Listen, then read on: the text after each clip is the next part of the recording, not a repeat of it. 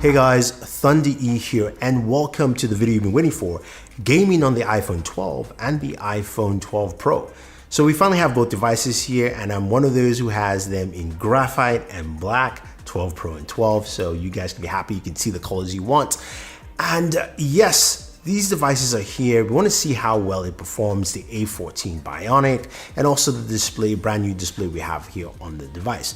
Now, starting off, both devices have similar size displays, 6.1 inches, which is for both the 12 and 12 Pro, but they are not 120 hertz display. Sadly, we do not have that on the iPhone 12 line yet, so we'll see, hopefully that comes next year. But in terms of performance, we're looking at the A14 Bionic chipset, which should give us a lot of great performance on the device. And we'll look at benchmarks later, so let's wait till then. We do have, of course, stereo speakers on the device. And if you guys want to take a good deep dive into the speakers for the iPhone 12 and 12 Pro, definitely check out our link up there, top, right-hand corner of your screen, where we do our speaker test and you can see how well the speakers perform. But you hear it during the gameplay session. So I'm not going to waste your time. We're going to go jump right into some gaming, and then we'll talk about the kind of performance, we'll talk about heat, we'll be taking a look at a few games: Call of Duty Mobile, PubG Mobile, Genshin Impact, Samurai Jack, and Blade of God. Those last two games are on Apple Arcade, so you can check it out through Apple Arcade if you want to play them. So let's go ahead and start doing some gaming, guys.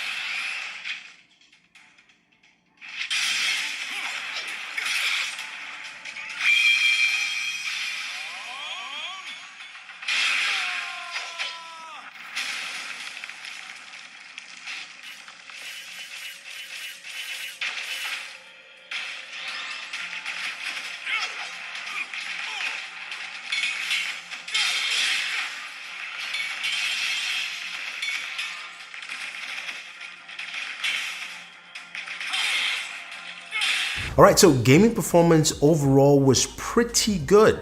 I had some really good performance with PubG Mobile going through the highest settings of Ultra HD, which was great to see that. Also Call of Duty, of course, which runs quite well in most games. Genshin Impact, I want to say big thanks to you guys for suggesting this game. It looks really fun, interesting, and it played really well on the device. Now, Blade of God played really well, but I did have some slowdowns on Samurai Jack, and it looked like it happened in a few stages throughout the game. Nothing too crazy, but it was noticeable enough. I will at least put this in the corner of games still needs to be optimized for the new chipset, so we have to wait and see. But stay tuned for my full gaming review where I'll give you the thoughts on that. Now, when it comes to benchmarks, you guys are probably waiting for that. I don't have any FPS readings for you. Again, that will be coming on my full gaming review because my benchmark tool just wasn't ready enough for the iPhone 12 and 12 Pro in terms of just some of the software things. But I did run Geek Benchmark 5. And looking at Geek Benchmark 5 for both the iPhone 12 and the iPhone 12 Pro, we had some interesting numbers. So for the iPhone 12, single core was 1,594, 12 Pro was 1,606, while the multi-core was 4,120 for the iPhone 12, and 12 Pro had a multi-core of 4,110. So multi-core is a little bit different with the 12 and 12 Pro, but that was really, really good. Now, when you compare this to the Galaxy Note 20 Ultra, which has the Snapdragon 865 Plus behemoth of a processor, that has a single core of 928 and a multi-core of 2,800. So the multi-core processing on the iPhone is double that of the Galaxy. So just in terms of pure raw performance, that is what you will be getting. There's no two ways about it, guys. I'm sorry, that is what it is. So when it comes to temperatures, the iPhone 12 and 12 Pro ran at 107 degrees or 41 degrees Celsius. So it ran rather warm.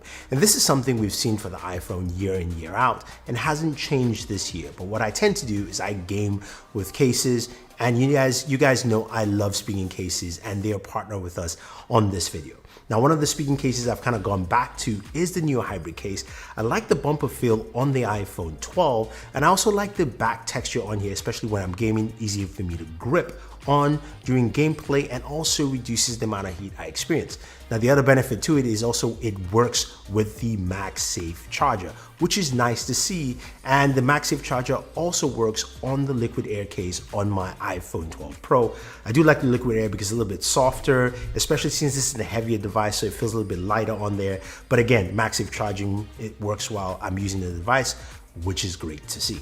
Now, the cool thing about the MagSafe charger is that you can use it while you're gaming at the same time, and it doesn't interfere with your Lightning port. So if you're using Lightning headphones, that can go with it as well, but also it charges at the back of your device. And make sure you get a 20-watt charger. I do have a link for you for the speaking charger below, so you guys can go ahead and use that, because you're going to definitely need a charger, because the MagSafe doesn't come with the charger itself. And as we know, the iPhone 12 and 12 Pro don't come with chargers in the box.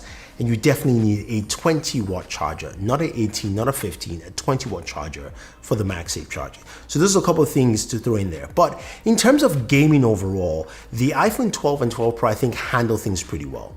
In terms of performance, I think it's pretty solid. Again, we'll have to wait and see for those FPS marks and counters. I apologize, I just don't have them yet. But I can tell you that it ran really smooth, except for, of course, one game. Now, we don't have 120 hertz display, which is a bit of a bummer. And when you game on 120 hertz display, you move over, you can tell the difference. And that's just something that I would like to see change. And also the temperatures running at 107 degrees, and that was in the period of about 30 to 45 minutes, by the way, just to give you the kind of time frame it was. So there you have it, guys. That is gaming on the iPhone 12 and 12 Pro. Let me know what you think. You can see the Geek Benchmark scores and performance. You saw how the games played. Leave your thoughts down below. Otherwise, don't forget to like, share, and subscribe to the channel. And if you want to pick up any of those accessories from Spigen, use the links down below. So this is Thunder E saying thank you, and always enjoy your entertainment.